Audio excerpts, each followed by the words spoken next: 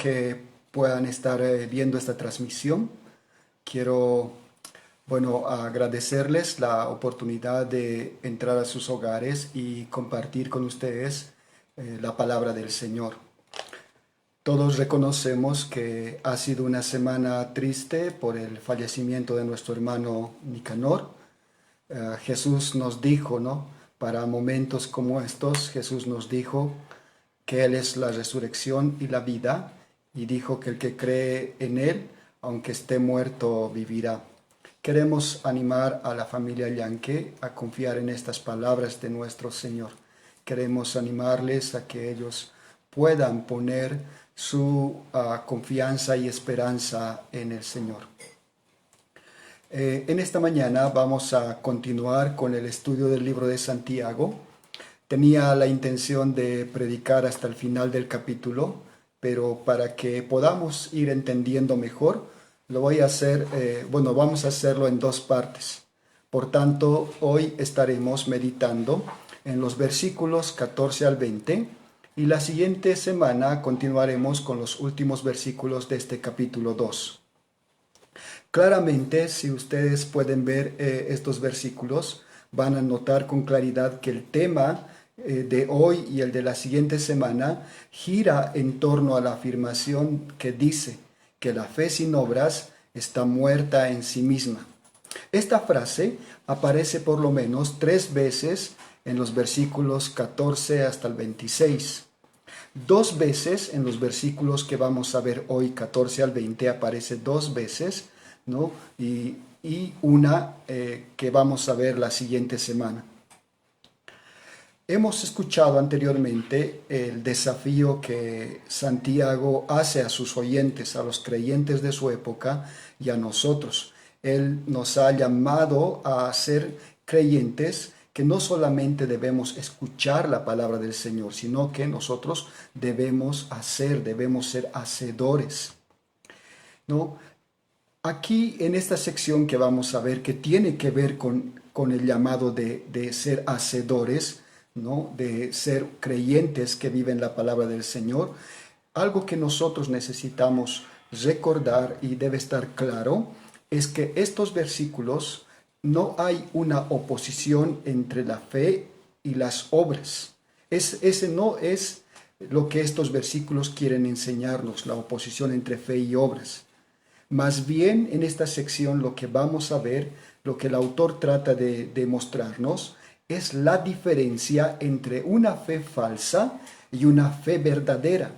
No hay oposición entre fe y obras, sino su intención es mostrarnos la diferencia entre una fe falsa o una fe muerta, así como llama Santiago, y una fe verdadera. Hoy vamos a ver la fe falsa. La siguiente semana, en los ejemplos que va a traernos, vamos a ver la fe verdadera, ¿no? Los versículos 14 al 20 de ahora muestra la falsedad de la fe. Los versículos 21 al 26, ahí se muestra, ¿no?, una fe verdadera, ilustrada en la vida de Abraham, que representa a los judíos, pero también ilustrada en la vida de Rahab, que representa a los gentiles.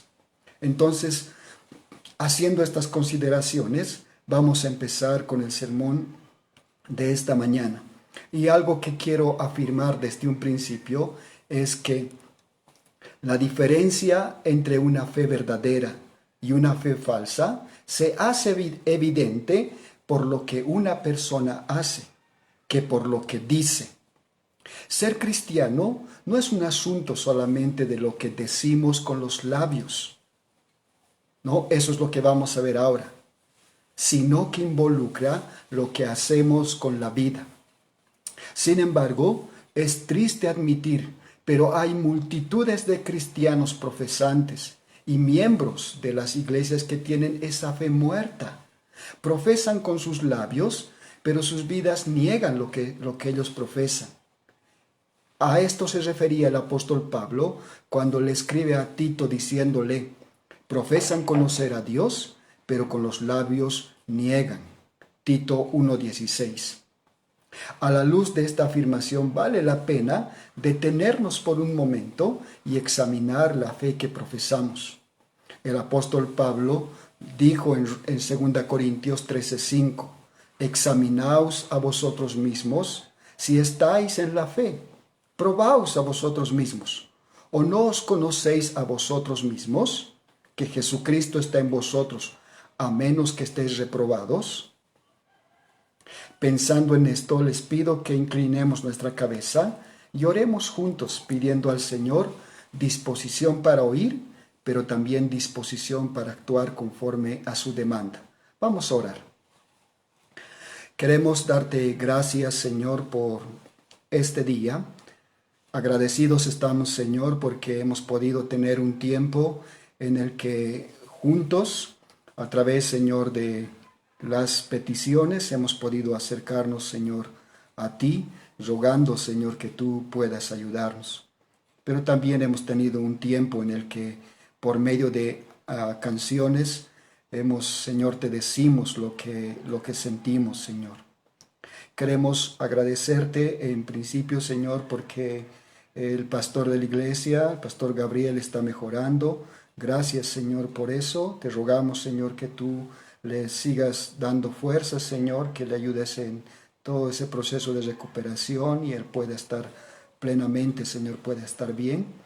Pero también, Señor, queremos rogarte consuelo para la familia Llanque, Señor. Queremos pedirte, Señor, por la hermana Justina. Queremos pedirte por su salud. Queremos rogarte, Señor, que tú puedas restablecerle, Señor, puedas devolverle la salud y que ella pueda estar bien, Señor. Y que también, Señor, a ella y a toda la familia, a todos los hijos, tú puedas, Señor, traer consuelo, Señor. Te ruego, por favor, que tú obres, Señor, en su vida y les ayudes, Señor, a dejar ya el dolor y, Señor, a empezar, Señor, a ver, Señor, la gracia y la bondad que tú sigues mostrando, Señor, en medio de ellos. Te ruego, por favor, que tú les ayudes, Señor. También, Señor, te rogamos por tu iglesia, por los diferentes hermanos, por las necesidades, Señor, que quizás están pasando. Así como decía Marcelino, esta situación que estamos viviendo no solamente está afectando el cuerpo de algunas personas por el virus, sino que también la situación económica de las familias están siendo afectadas. Te rogamos, por favor, Señor, que tú puedas ayudar a tu iglesia, que por medio, Señor, de los hermanos, tú puedas asistir, Señor, a aquellos que están pasando, Señor, por necesidad y por dificultades, Señor, por esta situación. Te ruego, Señor, que tú puedas ayudar, Señor, a que tu iglesia permanezca fuerte y firme, Señor, y cuando esto termine, Señor, pueda mostrarse el vigor, Señor, que hay, Señor, en tu pueblo, Señor, y que, como el pastor decía, Señor, pueda haber un avivamiento, Señor, un despertar de tu iglesia, Señor. Te ruego, por favor, por esto. Y gracias, Señor, por este tiempo, Señor. Danos, Señor, la posibilidad, Señor, de no tener dificultades en la señal.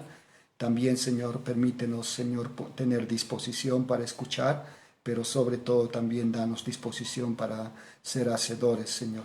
En el nombre de Jesús, gracias por este tiempo. Amén. La mayoría de nosotros hemos escuchado la fábula del patito feo, que, bueno, en realidad era un cisne, ¿no? Este cisne que por accidente terminó en el nido de una pata, desde su nacimiento pensó que era parte de la familia, pero no podía caminar, ni nadar, y menos emitir sonido, parpeo, ¿no? Como lo hacen los patos. Por más que se esfuerza por ser como los demás patos, no puede ser un pato. ¿Por qué? Porque precisamente no es pato. Su esfuerzo no cambia su naturaleza. Era en realidad un cisne. Por más que quisiera caminar, nadar o inclusive, ¿no? Parpear, él no podía hacerlo porque en realidad su naturaleza era de cisne. Así, de manera parecida, Santiago quiere ayudar a sus oyentes a conocer su naturaleza. Si han nacido por el poder del Espíritu Santo, que ha aplicado la verdad y ha producido convicción de pecado, y ha puesto sus ojos llenos de fe en la obra redentora de Jesucristo, entonces las evidencias de esta nueva vida van a poder verse en su trato para con su prójimo, mostrando amor, mostrando compasión. De no ser así, por más que se esfuerce, ¿no?, una persona por nadar, caminar o parpear, seguirá siendo, ¿no?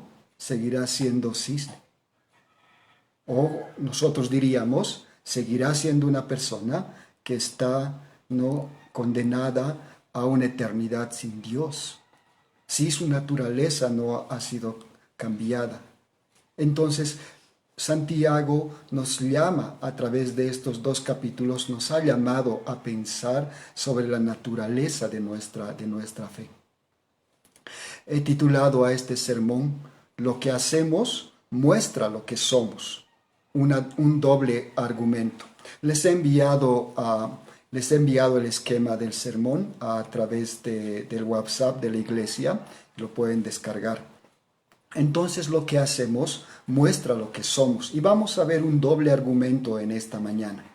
Por favor, si tienen sus Biblias, les pido que abran en el capítulo 2 de Santiago y vamos a leer desde el versículo 14 hasta el versículo 20. Dice de esta manera: Hermanos míos, ¿de qué aprovechará si alguno dice que tiene fe y no tiene obras? ¿Podrá la fe salvarle? Y si un hermano o una hermana están desnudos y tienen necesidad de mantenimiento de cada día, y alguno de vosotros les dice, id en paz, calentaos y saciaos, pero no le das las cosas que son necesarias para el cuerpo, ¿de qué aprovecha? Así también la fe, si no tiene obras, es muerta en sí misma. Pero alguno dirá, tú tienes fe y yo tengo obras. Muéstrame tu fe sin tus obras, y yo te mostraré mi fe por mis obras. ¿Tú crees que Dios es uno? Bien haces. También los demonios creen y tiemblan. ¿Mas quieres saber, hombre vano, que la fe sin obras es muerta? Les dije que vamos a ver, ¿no?, en estos versículos un doble argumento. Veamos entonces el primer argumento. Una fe muerta envuelta en palabras piadosas. Versículos 14 al 17. Leamos el primer verso, empecemos con el 14. Hermanos míos, ¿de qué aprovechará si alguno dice que tiene fe y no tiene obras? ¿Podrá la fe salvarle? Hasta ahora, Santiago se ha dirigido a los creyentes de su tiempo, pero también a los creyentes de nuestra época. No necesitamos hacernos la pregunta a quién se dirige.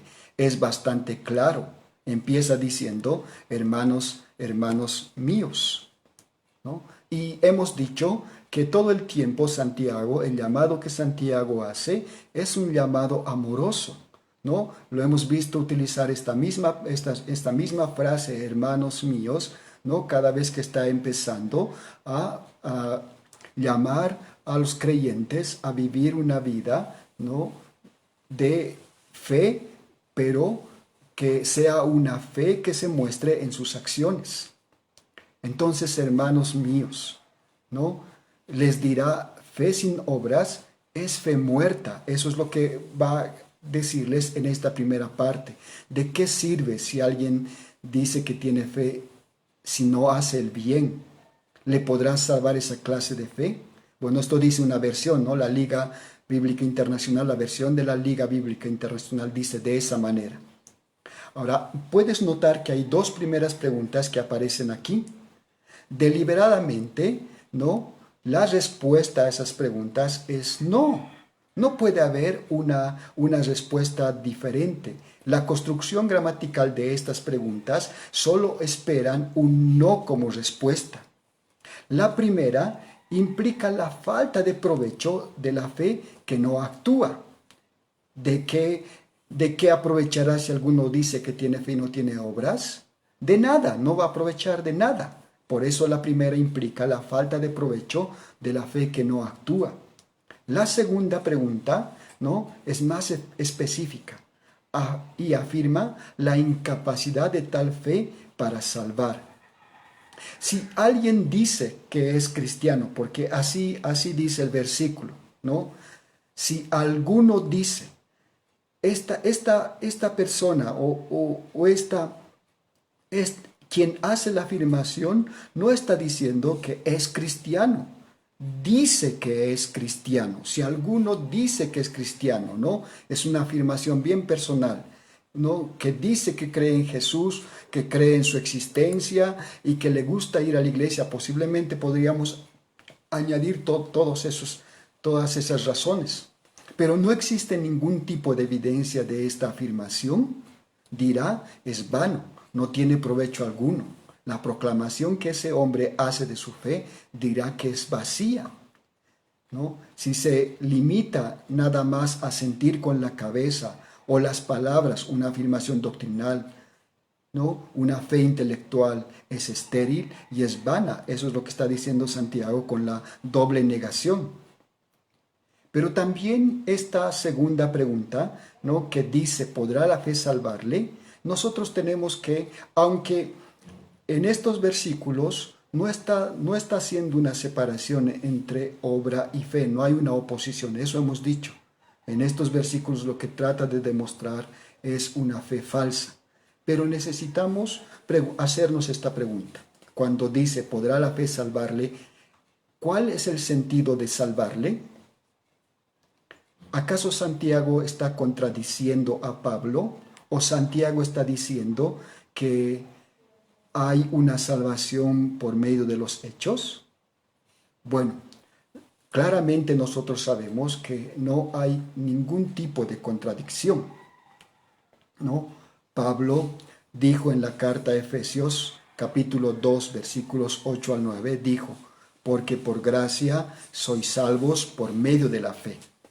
Y esto no de vosotros, pues es un don de Dios, no por obras, para que nadie se gloríe.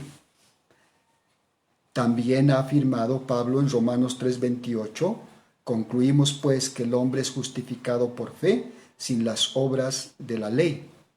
O Romanos 4:1 al 5, donde afirma, ¿no?, la verdad de que somos justificados solo por la fe, no por las obras.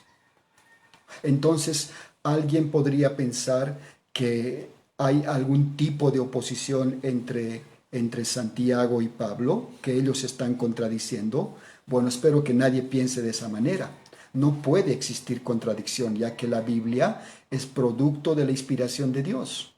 Pablo dijo, toda escritura es inspirada por Dios y procede de Él. Entonces es perfecto completamente. Entonces descartamos que haya contradicción. Entonces el problema no está en la palabra, está en nuestro entendimiento. Con razón, John Piper dijo, somos finitos, somos pecaminosos, estamos sesgados culturalmente y el lenguaje mismo puede confundirnos cuando diferentes palabras tienen el mismo significado y cuando las mismas palabras tienen diferentes significados. La inspiración de la palabra de Dios es como la encarnación del Hijo de Dios. Cuando el Hijo de Dios se convirtió en un ser humano, se volvió vulnerable al abuso y la muerte. Cuando la palabra de Dios se convirtió en lenguaje humano, se volvió vulnerable a la ambigüedad y la incomprensión, ¿no? Entonces, no hay ningún tipo de oposición entre Pablo y Santiago.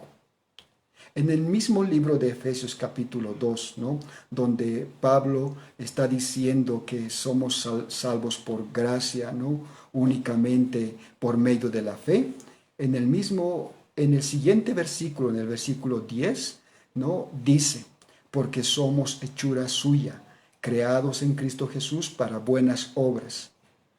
¿Puedes notar esto lo que está diciendo? Creados en Cristo Jesús para buenas obras, las cuales Dios preparó de antemano para que anduviésemos en ella.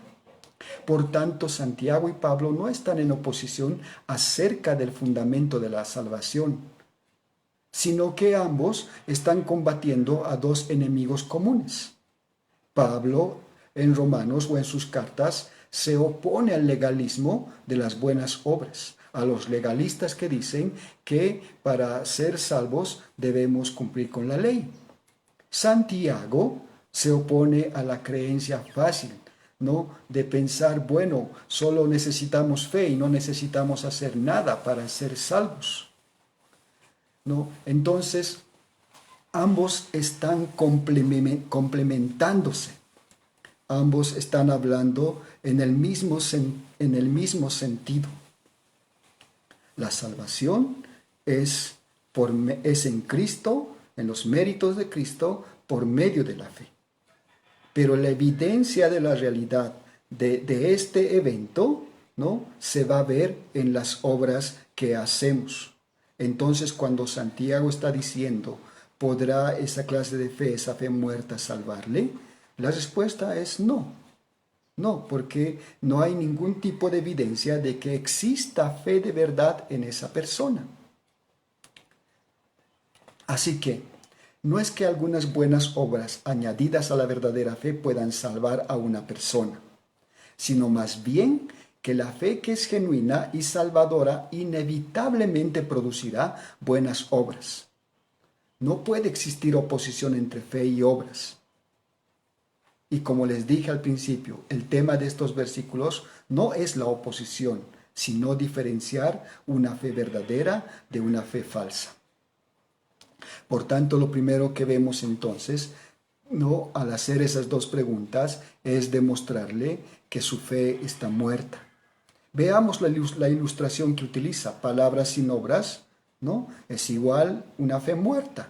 Versículos 15 al 17. Si un hermano o una hermana están desnudos y tienen necesidad del mantenimiento de cada día, y alguno de vosotros les dice, id en paz, calentaos y saciaos, pero no les das las cosas que son necesarias para el cuerpo, ¿de qué aprovecha? El ejemplo es claro, ¿verdad? Supongamos que un hermano o una hermana que claramente tienen necesidad de ropa o comida porque están en una situación muy difícil, no de ese momento, sino desde hace tiempo atrás, ¿no? Acuden a un hombre que dice ser creyente, que tiene fe, pero van donde él porque ellos esperan que él los ayude. Probablemente, ¿no?, si fuera otro pobre, no irían donde él. Si este hombre fuera alguien que no tiene, no irían donde él, pero va donde uno que tiene, porque ellos van con la esperanza de ser ayudados. Pero este hombre les dice que Dios les bendiga, abríguense y aliméntense. Bueno, qué lindas palabras, que Dios les bendiga, son palabras piadosas. Los cristianos utilizamos muchas palabras como esas, ¿no? El Señor te bendiga, amén, oraré por ti, ¿no? Que el Señor te cubra, que vaya contigo. Utilizamos muchas palabras piadosas y al escucharlos muchas personas podrían decir que somos muy buenos cristianos. No hay nada de malo en nuestras palabras. Lo malo está en que solo sean palabras vacías, carentes de fundamento. Ahí está lo malo. Y el hombre de la ilustración, ¿no?, aunque pronuncia lindas palabras, que Dios te cuide, pero sin tener ninguna intención de ser un canal para el cuidado, está demostrando, ¿no?, claramente que su fe es vana. Inclusive al decirles, abríguense y aliméntense, está sugiriendo una indiferencia cruel y sarcástica, ¿no? Decirle, caliéntate y aliméntate tú mismo. Eso es lo que está queriendo decirle con esta frase, ¿no? Que Dios los bendiga, abríguense y aliméntense. Caliéntate y aliméntate tú mismo. Pero que Dios te bendiga, que Él se ocupe de tus necesidades. Yo no lo voy a hacer. Y Santiago dice, no les das las cosas que son necesarias ahora, en este momento son ropa y comida, ¿de qué aprovecha? Y la respuesta a esta pregunta es un enfático no, no aprovecha de nada. Es claramente una fe disfrazada de palabras cristianas, pero están muertas. Es una fe sin valor. Les decía que hay muchos, ¿no? Muchos que profesan fe cristiana que utilizan muy lindas palabras. Por eso este primer argumento, ¿no? Tiene que ver con una fe muerta disfrazada de palabras piadosas. Porque eso es lo que a veces se suele utilizar comúnmente, lindas palabras.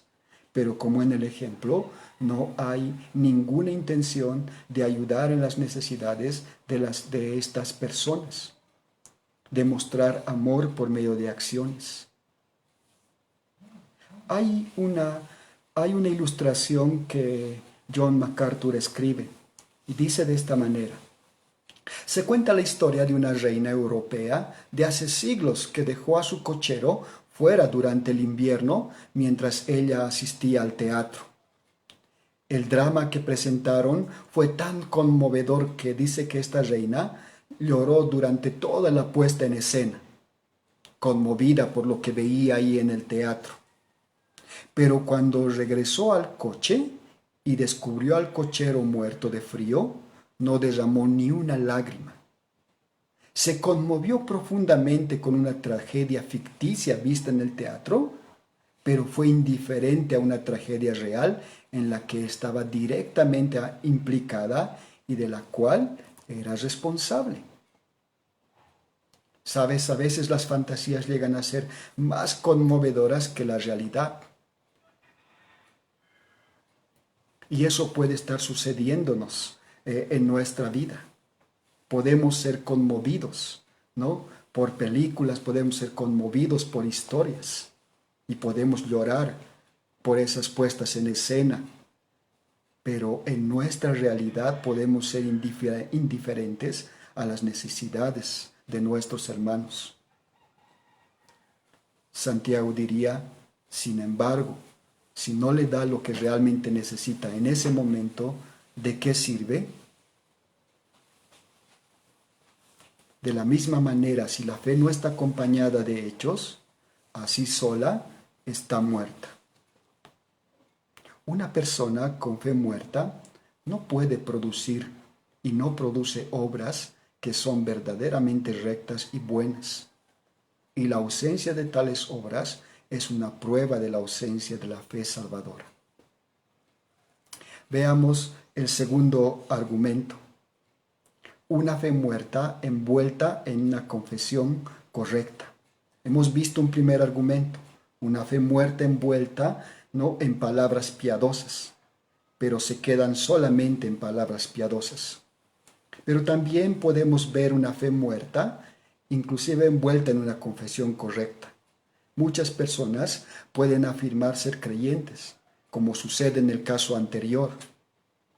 Si alguno dice que tiene fe, inclusive pueden tener una comprensión racional correcta de la fe. Y eso es precisamente lo que caracteriza ahora, ¿no? a la persona de este segundo ejemplo, ¿no? Que Santiago va a presentar en los versículos 18 al 19. Pero alguno dirá, tú tienes fe y yo tengo obras. Muéstrame tu fe sin tus obras y yo te mostraré mi fe por mis obras. ¿Tú crees que Dios es uno? Bien haces. También los demonios creen y tiemblan. ¿Mas quieres saber, hombre vano, que la fe sin obras es muerta? Existe una idea equivocada de que fe y obras se oponen. Eso es lo que está diciendo el verso 18. Pero alguien podría decir, ¿no? Alguien que quisiera contradecir a Santiago podría decirle, unos tienen fe y otros tienen obras, como si ambas cosas pudieran ir separadas. Durante muchos años hemos escuchado a cristianos profesantes decir que actuar es más importante que las palabras. Dicen hay que ser prácticos, perdemos el tiempo hablando. Dicen que debemos salir de nuestras cuatro paredes, salgamos afuera a hacer caridad. ¿no? Entonces hay una corriente teológica que está diciendo, no, hay que hacer cosas, ¿no? Hay que actuar sobre el gobierno, sobre nuestra sociedad, hay que buscar las maneras de justicia social y varias cosas, porque dicen, bueno, ¿por qué tenemos que estar solamente en la iglesia orando y estudiando? No, tenemos que actuar, ¿no? Este sentido de la crítica implica que estudiar la Biblia no es muy importante, lo importante es actuar, ¿no? Y en este ejemplo, por eso Santiago dice, alguien podría decir, bueno, tú tienes fe, yo tengo obras. Dejemos a cada uno con lo que está creyendo o con lo que está haciendo. Pero ya Santiago ha dicho que es algo que no puede ir separado. Este razonamiento está equivocado.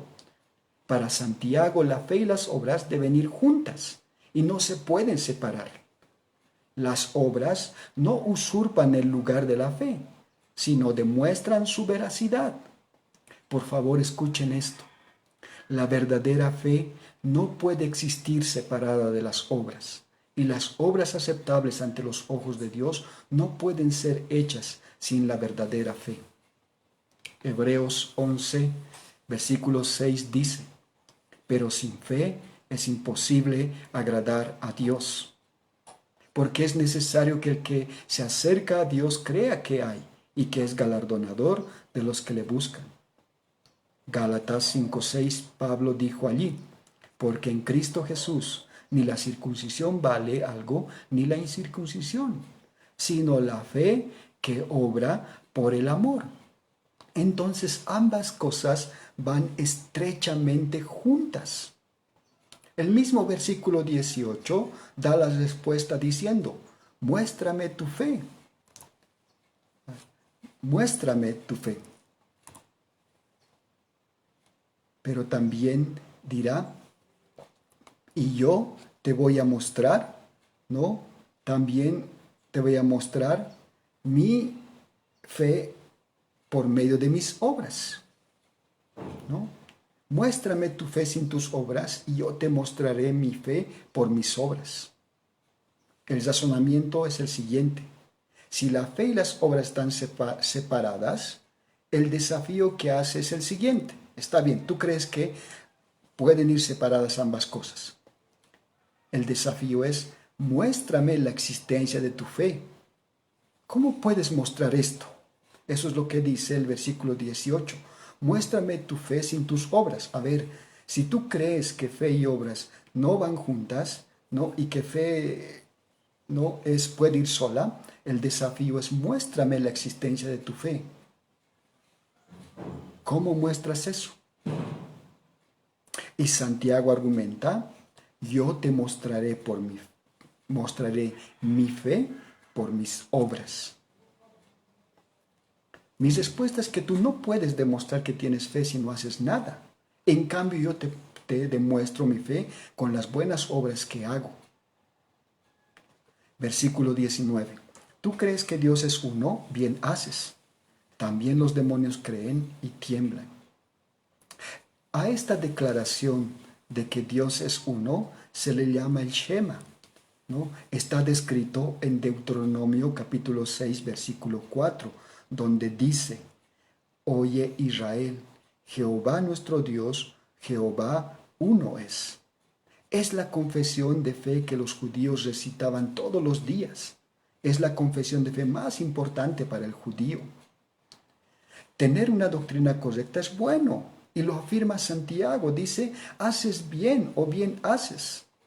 La doctrina de la unidad de Dios o de que hay un solo Dios, ¿no? Es de capital importancia y sostener dicha verdad es admirable.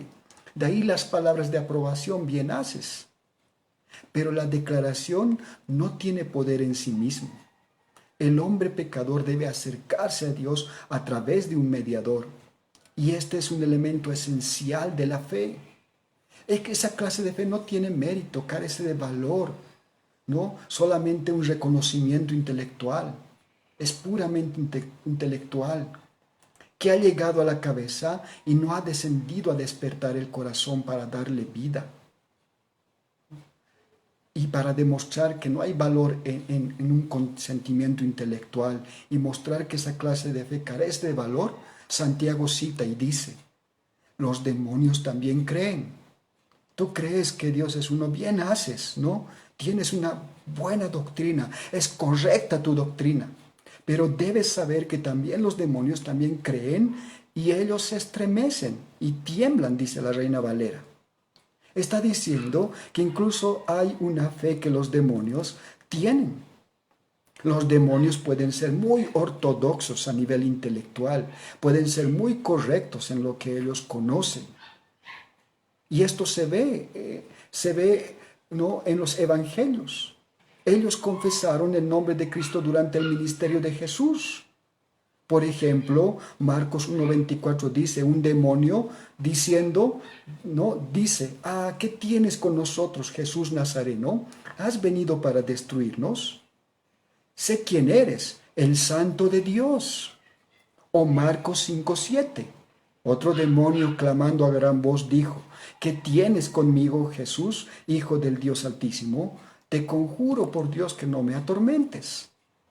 Podríamos mencionar más declaraciones correctas acerca de la naturaleza de Jesús que los demonios están profesando a voz en cuello. Inclusive ellos tienen una actitud correcta, tiemblan y se estremecen. Pero su conocimiento del Hijo de Dios, el tener una doctrina correcta, ser ortodoxos en cuanto a su conocimiento, ¿no?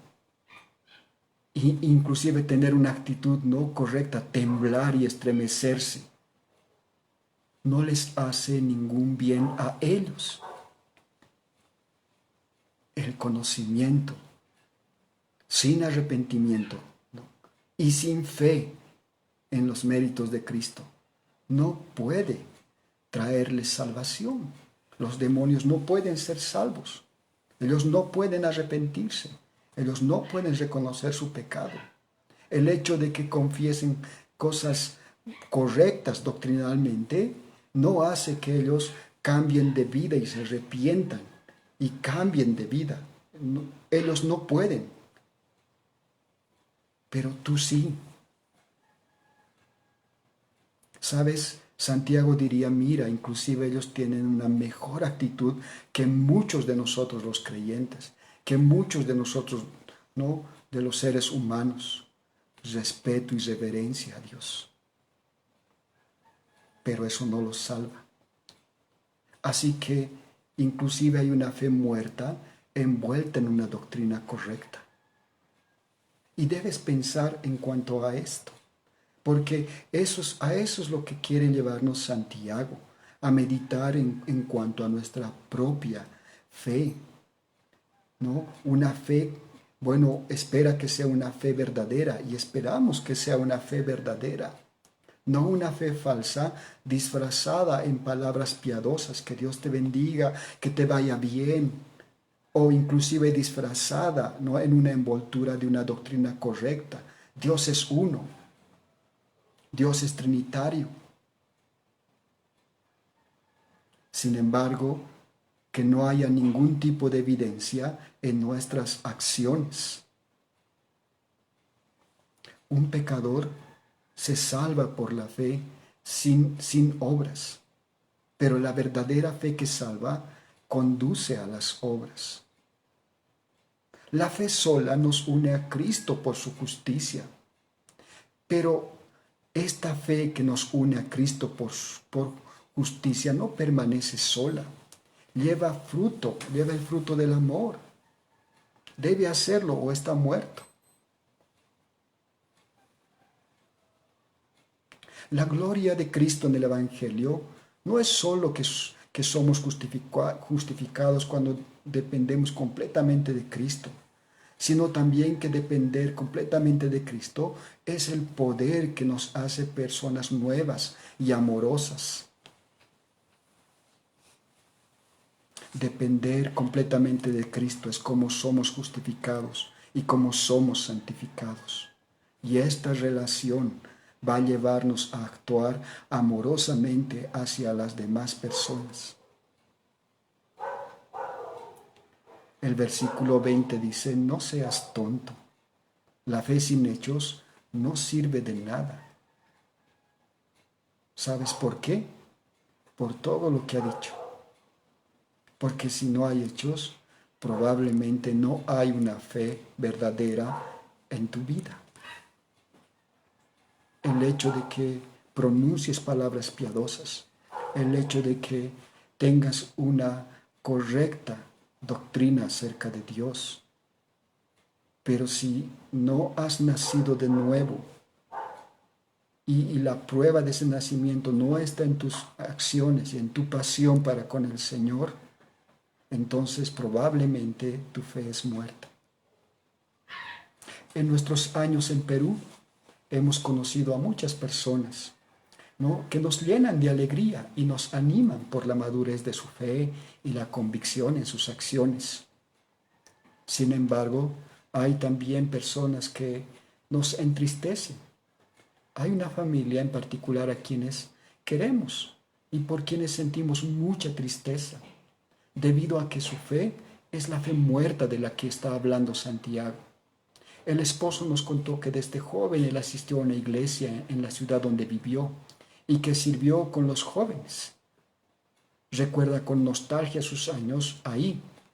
Reconoce a Dios como Creador y Señor y sabe otras cosas más sobre la Biblia.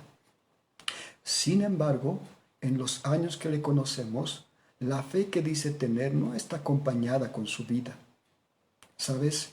No tiene interés en estudiar la Biblia. No muestra interés en asistir a la iglesia.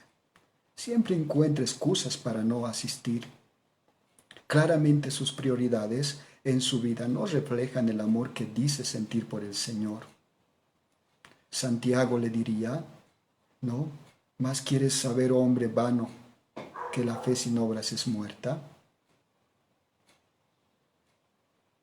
Muchas veces he hablado con él respecto a su fe, pero solo él se ofende, ¿no? Porque él cree tener una fe verdadera.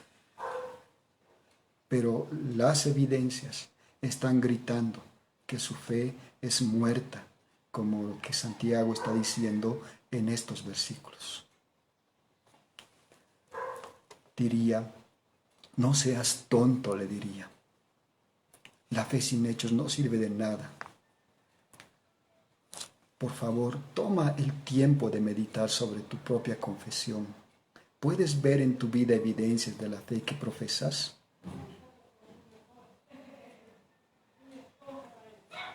¿Puedes ver, ¿no?, la evidencia de que tú amas de verdad al Señor?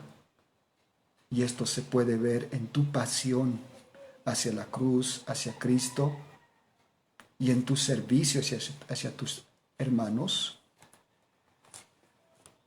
No seas tonto, nos diría. La fe sin hechos no sirve de nada. Quiero invitarte a orar y bueno, meditar en lo que hemos escuchado.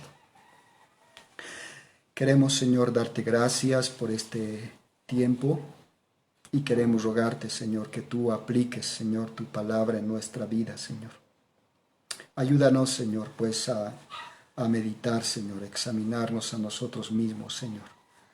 No con la intención, Señor, de poner dudas en cuanto a nuestra salvación, pero sí, Señor, con la intención de meditar si de verdad, Señor, estamos siendo obedientes, Señor, a lo que tú nos mandas en cuanto a mostrar, Señor, por medio de acciones, el amor, Señor, que te tenemos y podemos tener hacia nuestros hermanos.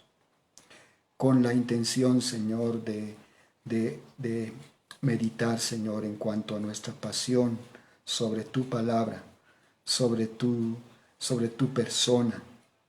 Te rogamos, Señor, que tú puedas ayudarnos, Señor. Como creyentes podemos, Señor, estar llenos de palabras piadosas, Señor. Y inclusive, Señor, a veces hasta ser mentirosos en cuanto a nuestras palabras cuando le decimos a alguien que vamos a orar por esa persona y no lo hacemos. Señor, perdónanos, Señor. Y ayúdanos, por favor, Señor, a que nuestras palabras piadosas estén acompañadas, Señor, de hechos. A que nuestro correcto entendimiento de la doctrina cristiana esté acompañada de reverencia y que, Señor, eso nos lleve, Señor, a acercarnos, Señor, a ti con esa reverencia, Señor, rogando que tú obres y nos puedas ayudar. Señor, gracias, Señor, por este tiempo. Gracias, Señor, por tu bondad para con tu iglesia. Sabemos que si está en pie, Señor, tu iglesia, es por tu gracia, Señor, y por eso queremos alabarte y queremos agradecerte, Señor. Una vez más, te rogamos por la familia Llanque, Señor. Te oramos una vez más, Señor, para que tú traigas, Señor, consuelo a su vida, Señor. Pero también queremos rogarte, Señor, para que tú puedas ayudar a nuestra nación, Señor. Tenemos tantos problemas, Señor. Problemas políticos, ahora económicos. Señor, te ruego, por favor, que tú puedas ayudar, Señor, a nuestra nación. Y puedas, Señor, a traernos paz, Señor. En el nombre de Jesús, gracias, Señor, por todo este tiempo. Amén. Amén. Muy buenos días, hermanos, y que el Señor los bendiga.